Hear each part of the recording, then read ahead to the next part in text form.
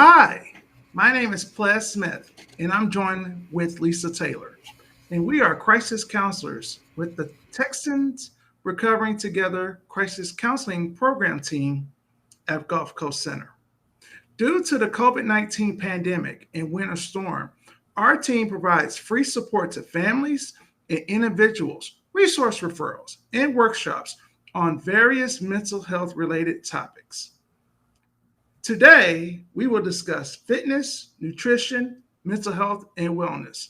It is my pleasure to have Christine Southern, yoga and fitness instructor with Yoga Strong LLC. How are you doing today, Christine? Thank you for joining us. Welcome, Christine. Hi, thanks for having me, y'all. Doing great. Tell us, Christine, about your experience and educational background in fitness and nutrition. Well, I'll tell you a little bit about myself first. I'm a personal trainer, nutrition coach, fitness instructor up at Yoga Strong in Deer Park, Texas. I've always had a love and passion for fitness ever since I was little. I've always been involved in some kind of athletics or sports. I went to the University of Houston, Clear Lake, and got my bachelor's of science in fitness and human performance. I think I graduated in 2013. I do remember. And I've been teaching group fitness exercise classes since about 2014. So quite a while. That's great. And I know, Christine, when we have been in the pandemic for a while now, and we've seen a lot of diversity in people's approach to health. Christine, why is it important to prioritize fitness and nutrition at this time? What is considered healthy lifestyle? Well, I would say it's important to do it no matter what, pandemic or not, to take care of yourself. So overall, I think the goal is to help people change their view, their perspective. A lot of times people see fitness or getting healthy as just doing it real for a quick thing, like they need to fit into their swimsuit or they have a trip coming up or something like that.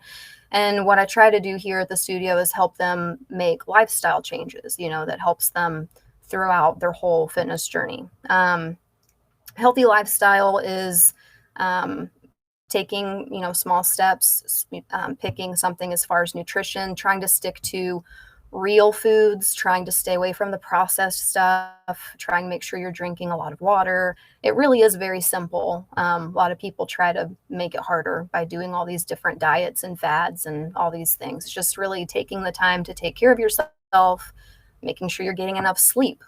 Just simple things like that is going to help you have a healthier lifestyle. That's great tips, Christine. Some people equate being fit with being muscular or being thin. When do you think of being fit? What does it look like?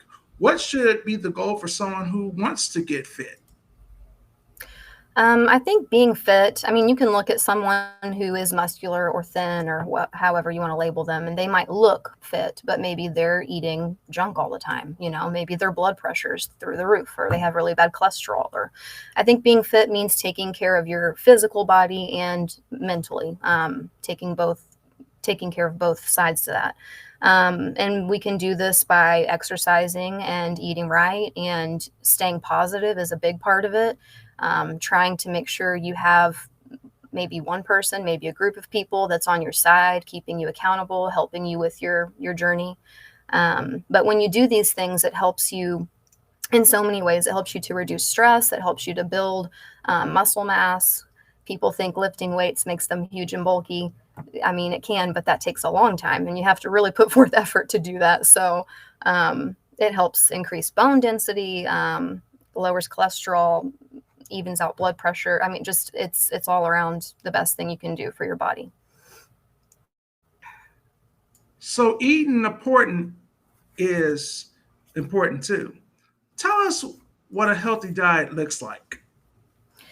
So when I was in school, my nutrition teacher said something that really stuck with me. She said, when you're in the grocery store, try to make sure that you're shopping mainly the outside of the store.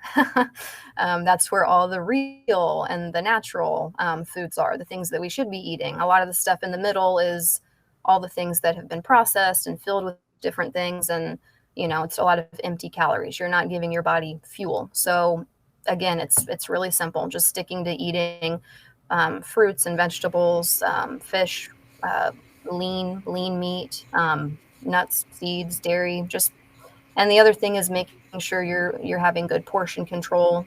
Um, and a lot of times people will skip meals, and that helps their body to kind of you're starving yourself, and you're not helping your metabolism. So whenever you are continually eating small portions, not huge portions, like eating every 2 to 3 hours, then you're helping yourself to keep your metabolism going and giving yourself energy to get through the day.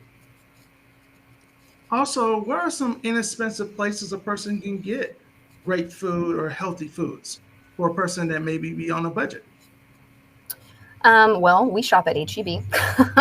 I feel like they have really great options as far as you don't have to go the organic route all the time, as long as you're eating, the more raw, natural foods, and not the stuff in the box or stuff like that. But there are things that are organic that are cheaper. You kind of have to just figure out at your store that's close to you what things work best organic, what things, well, we're maybe going to go this way on this instead of the organic option. We know there's that there's a connection between physical health and mental health. How have you seen this play out in your life as an instructor, excuse me, and what role does self-care play in that? It's a good question. Um, for me personally, I feel better if I'm staying active, and I feel like I can see that in my clients' lives as well. There's times where life gets busy or just all different reasons. They won't come into the studio for a while. And then when they finally do come in, it's like, wow, I have needed this so much. And, it's like you have to make time for yourself. It's like when you look at your day and how long your day is, when you're just taking out that little chunk to take care of yourself, then you're able to function better for yourself and for your family. And it's just all around better situation. Also, for persons that are out there, you can also, for example, maybe go to do it yourself store. There are free classes available at your local Michael's, Home Depot. You can research it on the internet or go to the local store and find out if there are free classes available. Also, you can start a gratitude journal. A lot of people need to write down their feelings and just like, what did I do good today?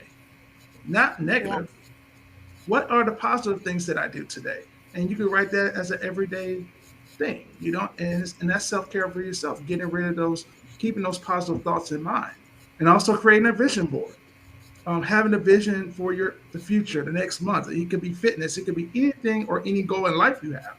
You can create a vision board for yourself. So there's some some great self care tips there that you can start on if you like. Lisa.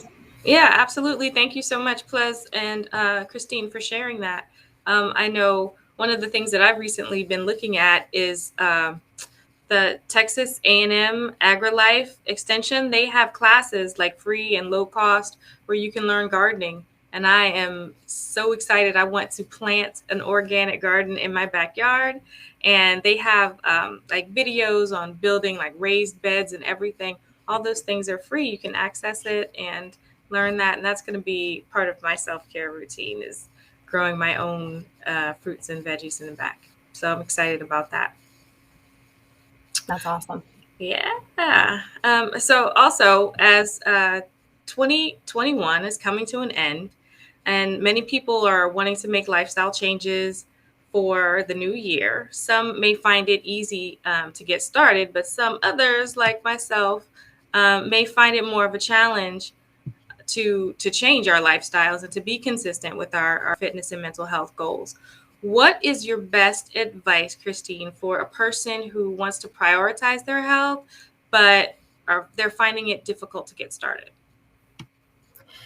So this is probably what I tell everybody that comes to me asking for help or personal training or whatever is you have to go slow. You have to take baby steps. So the best thing you can do, because it can be so overwhelming, Yeah. the best thing you can do is to pick one thing. So maybe you really struggle with sugar.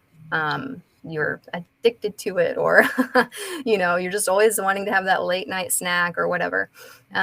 Picking that one thing, and again, even having just an accountability partner, someone is going to help you, someone you trust, and someone who that you're willing to have help you with this, trying to lower that sugar intake or just cut it out completely. And then it's like once you've done that, then you kind of snowball effect and you go on to the next thing, and you just take it one step at a time.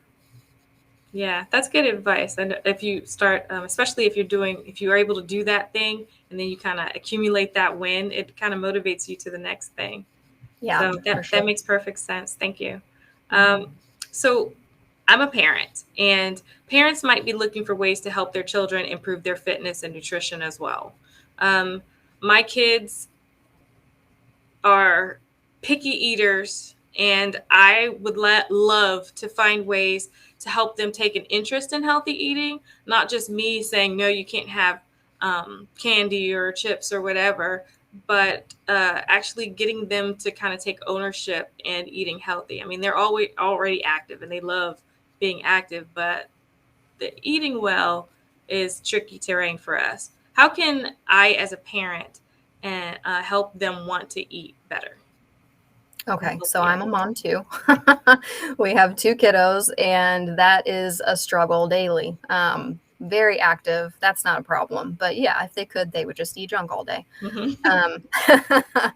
Uh, so one thing that we have discovered is that me and my husband is that when we're trying harder and trying to eat better, they seem to be a little bit more interested in what we're eating and why. Another thing that we've done is that I've noticed that's helped with them is we will include them in the grocery shopping and the meal prepping. And the meal prepping doesn't have to be much, just letting them in on a little bit of it. Helping us with preparing and making dinner, making food, they're much more likely to want to eat it because they helped make it. Yeah. Another thing we've done with them before is just getting on YouTube and just looking up. They have like kid-friendly videos of like what happens to your brain and your body when you eat junk, and then what happens when you eat these other healthy foods. Oh. And so we've done that before, and when they were just like, oh, okay, I don't need to eat a bunch of sugar because this is going to happen to my body. So those are ways that we've had some wins. Yeah, I'm gonna have to check those videos out. I'm glad Yeah. you mentioned that. Never even dawned on me to do that. So, what are some simple exercises, let's say two, that a beginner can introduce into their daily routine? So beginner fitness level, anybody can start walking. Walking is the number one, the best thing you can do because it's low impact, it's easy on your joints. And the other reason it's really good is if the weather's nice, you can take it outside. And it's been proven that working out outside, that sunshine, is just so good for you physically, mentally. It increases that hormone, serotonin, which helps you feel good and boosts your mood. Just getting that clean air also. So that's one that I would say is your first one. And just trying to be consistent with it, trying to do it, every day if you can, but 3 to 4 days would work too. The other one is plank. And the reason plank is good is because it works pretty much everything in your body. And you can take it at different levels. So if you're really beginner, you can even just elevate it and do it on a bench or a chair or even on the wall. If you want to, you can take it down to the ground or onto your mat. You can come onto your knees and do it, or you can be full out plank. And you take it one step at a time, see how long you can hold it, maybe take a break and then try to hold it longer next time. And just keep track of it to see your progress. Okay. And plank is like holding your body straight and Yeah, it's like you're in the your push-up forward. position, Got it. but you're just holding it. Okay. Sounds good. Yeah. As a physical fitness instructor and a yoga instructor, I know that Yoga Strong has a history of trying to support the whole individual, not just their physical fitness. How do you do that with your clients? So for some people, they just love working out. They enjoy it. They like it. You don't got to motivate them. For other people, they see it as not fun. Other things come before it. So my job is to make it fun. When my clients come into the studio, I don't know what kind of day they had. I don't know what's going on in their life, or their issues, their stresses, whatever. My job is to get them fit and healthy, but at the same time, make sure that we're having a good time doing it. And when they leave with a smile on their face, that lets me know that I did my job. Yeah, that's it, right? Because if they're happy about their experience, then they're likely to continue. Yeah, for sure. Yeah. Thank you so much, Christine, for being with us here today. And if you guys watching would like more information about Christine and Yoga Strong, you may visit their website at yogastrongusa.com. Times are tough, and it's tough for everyone, and it's okay to ask for help. Please call our COVID-19 support line at 1-800-643-0967 and press option 8 to speak with a trained counselor and discuss ways to cope with difficult emotions or manage stress. Bilingual counselors are also available. And if you or someone you know is experiencing a mental health crisis, please call our crisis hotline at 1-866-729-3848 or text HOME, HOME, to 741-741 to reach someone 24 hours a day, 7 days a week. Feel free to call us. Feel free to visit gulfcoastcenter.org or our Facebook page. There's lots of ways to connect with us. Thank you for joining us, and take care. Take care. Bye.